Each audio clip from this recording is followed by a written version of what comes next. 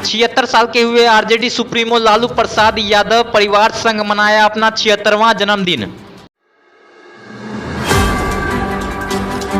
लालू प्रसाद यादव ने अपने नातियों के साथ केक काटकर मनाया अपना जन्मदिन। मौके पर पत्नी राबड़ी देवी, बेटे तेजस्वी यादव, बहू राजश्री यादव, बेटी मीसा भारती, रोहिणी आचार्य सहित अन्य बेटियां भी रही मौजूद। वहीं पिता लालू प्रसाद यादव के जन्मदिन को खास बनाने सिंगापुर से पटना पहुंची बेटी रोहिणी आचार्य, उन्होंने ट्वीट कर खास अंदाज में दी बधाई। रोहिणी आचार्य ने ट्वीट में लिखा है कि पूरा देश दे रहा है आज उनको जन्मदिन की बधाई। आम लोगों के अधिकार के खातिर लड़ी है जिन्होंने लंबी लड़ाई। लालू प्रसाद के 76वें जन्मदिन के मौके पर उनके बड़े बेटे मंत्री तेज प्रताप यादव ने वीडियो कॉल के माध्यम से अपने पिता को दी जन्मदिन की बधाई। हाँ पापा, हैप्पी बर्थडे।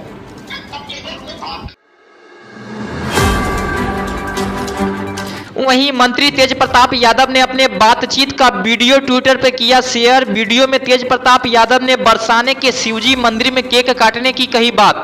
केक बरसाना में काट रहे हैं मंदिर में, श्री जी का जो मंदिर है ना वहीं केक काटेंगे, ठीक ना? हाँ वहीं पे केक काटेंगे बरसाना में। आप बोले थे केक वहीं बरसाना में काटने के लिए।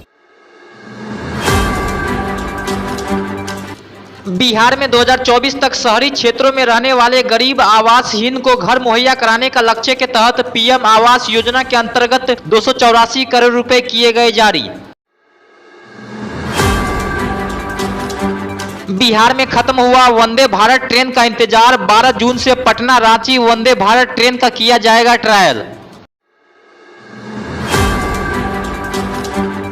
बिहार में विपक्षी एकता पर बोले तृणमूल कांग्रेस के सांसद शत्रुघ्न सिन्हा। आगामी लोकसभा चुनाव में अगर विपक्षी दल एकजुट हो जाए तो चमत्कार कर सकते हैं।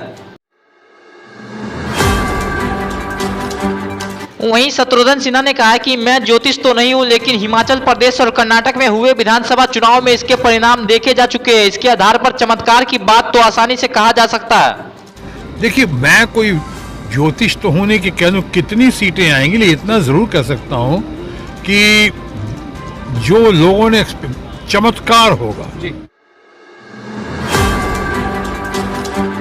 जदयू दफ्तर में मिलन समारोह को संबोधित करते हुए जदयू के राष्ट्रीय अध्यक्ष ललन सिंह ने जदयू कार्यकर्ताओं से अपील की कि वे नीतीश कुमार को लेकर पीएम पद का नारा न लगाए, इससे विपक्षी एकता कमजोर होगी। एक बात हम बोल रहे हैं, अभी कौन खड़ा था जी? ये खड़ा हुई जरा। ये अभी नारा लगा रहे थे देश का प्रधानमंत्री कैसा हो, नीतीश कुमार जी जैसा हो। आप लोग इस तरह का नारा लगाते हैं, इससे विपक्षी एकता को में रुकावट पैदा होता है। ललन सिंह ने कहा कि नीतीश कुमार प्रधानमंत्री पद के उम्मीदवार नहीं है, वह भाजपा मुक्त देश के लिए विपक्षी एकता में लगे हुए हैं। नीतीश कुमार जी देश के प्रधानमंत्री के उम्मीदवार नहीं हैं। नीतीश कुमार जी प्रधानमंत्री के उम्मीदवार नहीं हैं।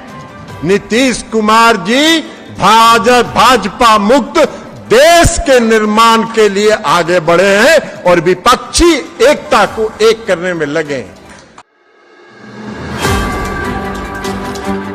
वहीं ललन सिंह ने कहा है कि जिस दिन भाजपा सत्ता से बाहर होगी तब इस तरह का एक और बैठक बुलाकर देश के मुखिया को सर्वसम्मति से चुना जाएगा। नेता जो भी होगा देश की लोकतंत्र की रक्षा करेगा।